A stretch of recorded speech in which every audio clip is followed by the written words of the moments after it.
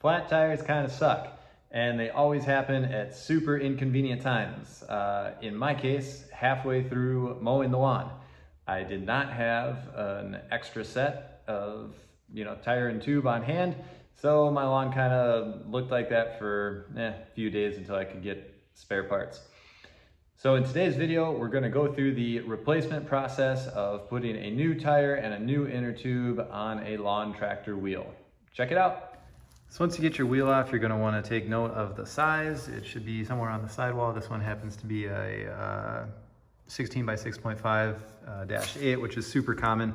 Yours might be similar, so just make sure you're entering that into the search bar of Amazon when you're going to order these. Make sure you get the same thing that's going to work for you.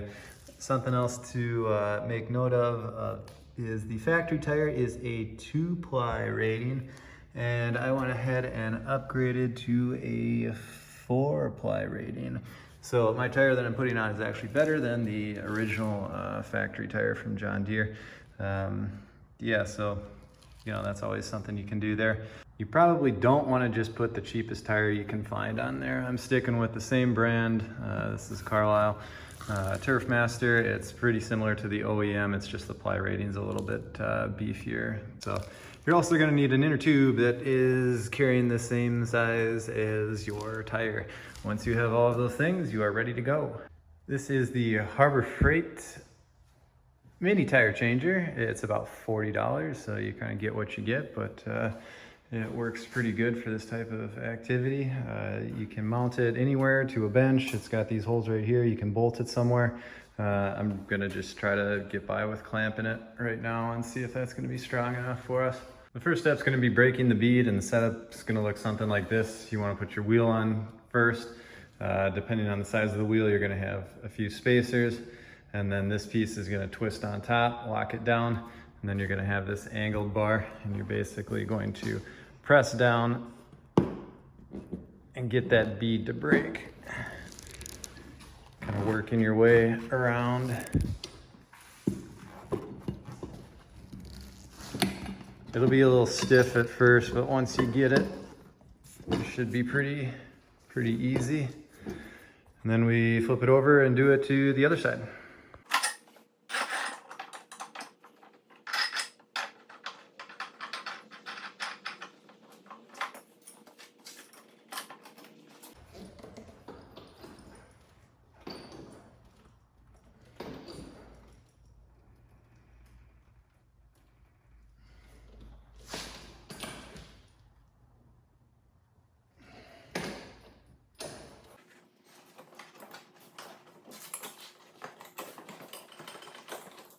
Okay, here's when the real fun starts. We've got the bead broken on both sides all the way around, and now we're going to use this piece, and specifically this end of this tool, to get this tire off of this wheel. So it's going to kind of involve going down in between the wheel and the tire, and then we're going to pry it up and out, and then we're going to work it around the full wheel and pry up the bead. This is where soapy water comes into play. I'm just gonna kind of spray down the bead, just allow some a little extra lubrication. This process is gonna take a little bit of effort, a little bit of time, and you really have to kind of stretch the tire up and around this wheel. So it can be a little bit of a challenge. So right now I'm just using that soapy water just to give a little bit of lubrication and help the tool glide just a little bit easier there. Once I get the first edge lifted up, kind of hold the tire, work the tool around. It's gonna want to slip out and get you, but just kind of watch out for that. It will try to kill you. It's just you got to pay attention to it and just kind of keep an eye on when it's going to be slipping. So I have an inner tube on this tire. You probably will too if you're doing this on a John Deere tractor. Now is a great time to pull the inner tube out. Now that we have the first side done, we're doing the same thing on the second side. Second side normally comes off pretty easy. All right, time to put the new tire on. Usually you can just lube this up and I don't know, force it on by hand. I'm obviously not having much success with that, but boy, I sure am trying. So eventually, yeah, if you had it mounted a little differently, maybe you could just force it on. I had to grab the tool and get this one to go on, but not a big deal either way.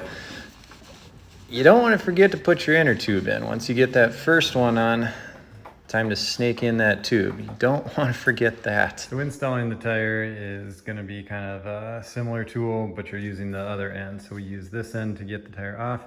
We're going to use this end to actually put the tire on. And the way that's going to work is you're going to just kind of fit on there like that.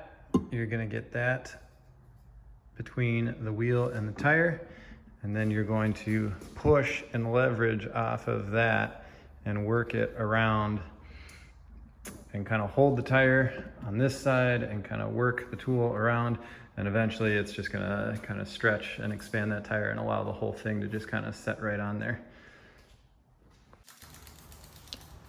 Lubrication first, as always, makes everything easier.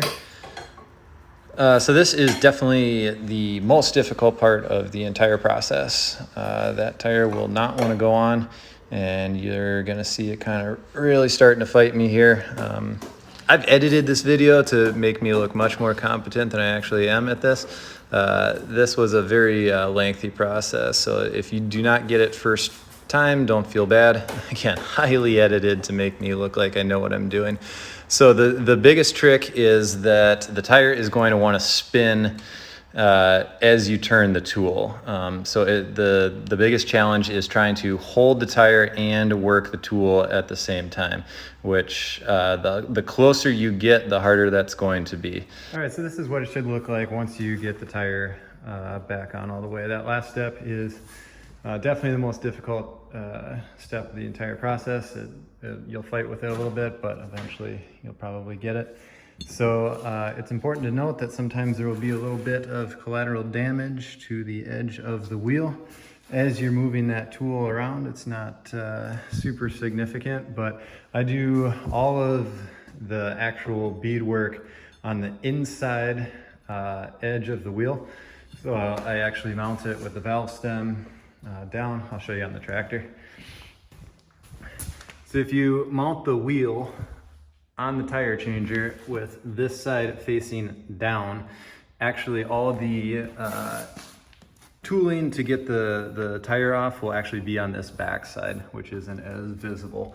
So if you're worried about chipping paint or anything like that, just do it this way, and then it keeps all the scuffing, all the paint chipping, just keeps it on the back side so it's less visible. Here's another pro tip on the front. You'll see this little washer right here. So I like to, when you get your tube on there, just take the valve stem off, put this little washer right on there, put the valve stem back on. That allows you to not have to worry about that thing dropping back into the wheel as you're seating your tire and getting that on. It would be a major bummer to do all that work, get your tire on, and then flip it back over, and it turns out your valve stem is down somewhere inside that wheel. You'll never get it back out, and you'd have to pull your tire back off. So that comes from Steve's Small Engine Saloon. Awesome channel and a great tip. So from there, all you have to do on a tire with a tube is simply hook up your air source and inflate the tube up to, in this case, 14 PSI. Tires with tubes are really easy to inflate because you don't have to worry about the bead actually having to seat to the wheel. If you don't have a tube, it requires a blast of air. You need an air compressor of some type. You can't just do it with a hand pump or something like that. You need to get a lot of air into that tire fast to expand it and make the sidewalls connect with the wheel so that it makes that seal. If you have a tube though, you don't have to do any of that. It's just a slow fill. You'll see it expand, and slowly that tire will just bead, right up against the wheel, just how it should. It's very easy. And again, just fill it up to the specified PSI and you're good to go.